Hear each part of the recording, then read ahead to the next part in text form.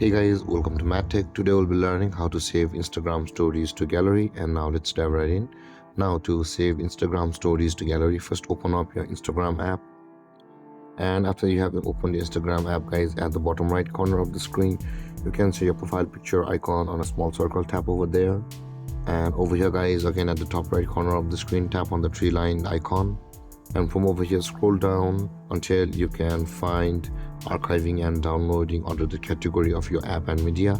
Tap on archiving and downloading, and you can see the final option guys, or the option at last one here. It says save story to gallery, and below it also says automatically save your story to your phone's gallery.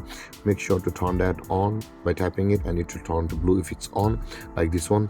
And by doing that guys, your all of your stories which you post on Instagram will be also saved to your gallery.